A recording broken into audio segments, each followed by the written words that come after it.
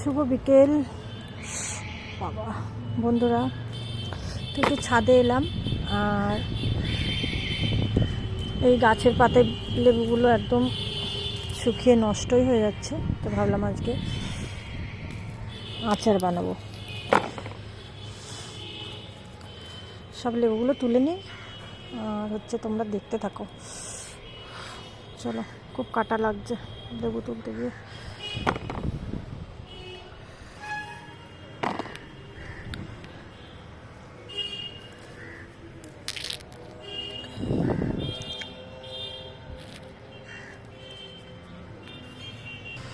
তো চলো, মোটামুটি সব তোলা কমপ্লিট।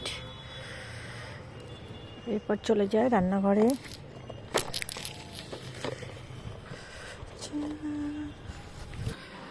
চলে এলাম রান্নাঘরে, এরপর লেবুগুলোকে ধুয়ে নিই।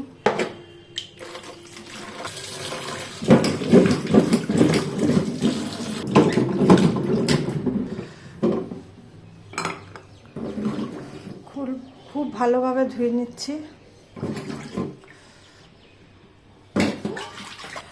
তো চলো, এরপর এক এক করে কেটে নিই, আর কাটার পর তোমাদেরকে দেখাচ্ছি পুরোটা। চলো,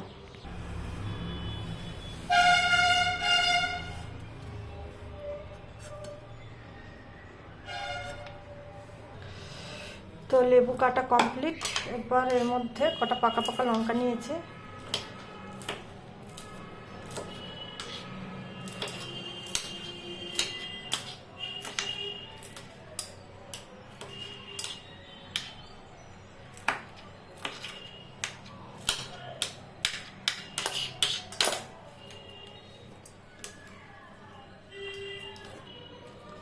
লবণ,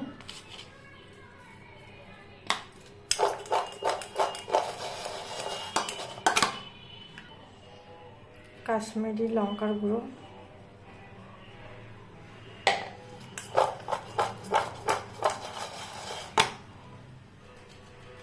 কড়াই বসিয়ে দিয়েছি, একটু ভাজা মশলা করে নেব।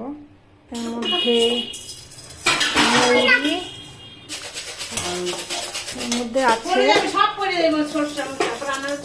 সর্ষে, মৌরি, জিরে,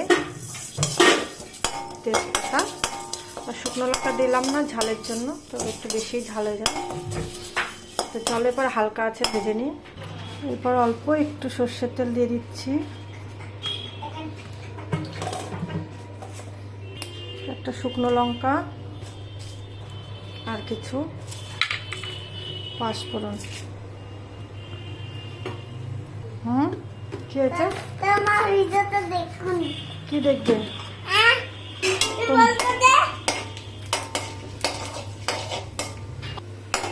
ভাজা হয়ে গেছে, আমি এখন এটা তেলের মধ্যে দিয়ে দেবো।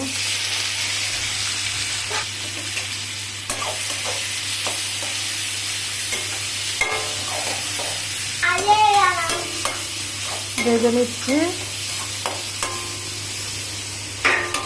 এরপরে এর সঙ্গে একটু হলুদ দিচ্ছি,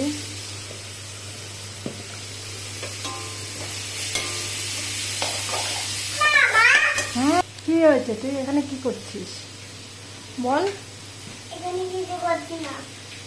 হালকা একটু ভেজে নিলাম, এরপর চিনিগুলো দিয়ে দেবো।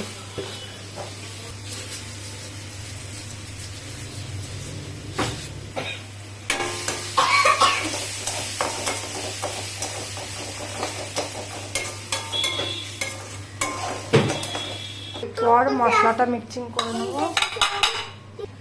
এর মধ্যে আমি একটু গোলমরিচ অ্যাড করে দিচ্ছি,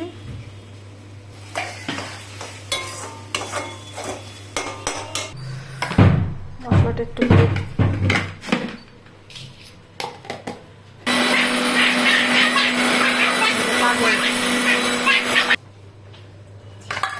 গুঁড়ো কমপ্লিট।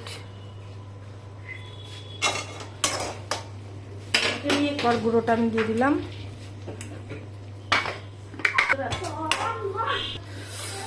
তো আমার লেবুর আচার কমপ্লিট। টেস্টি টেস্টি, এখন খেয়ে দেখতে হবে কতটা টেস্টি হয়েছে। এটা কিন্তু সারা বছর কাচের বয়ামে রেখে দিলে ভাতের সঙ্গে খাওয়া যাবে অল্প অল্প। রেডি হয়ে গেছে। আর ঠান্ডা হলে কাচের বয়ামের মধ্যে রেখে দেবো। তো চলো, কেমন লাগলো তোমাদের ভিডিওটি?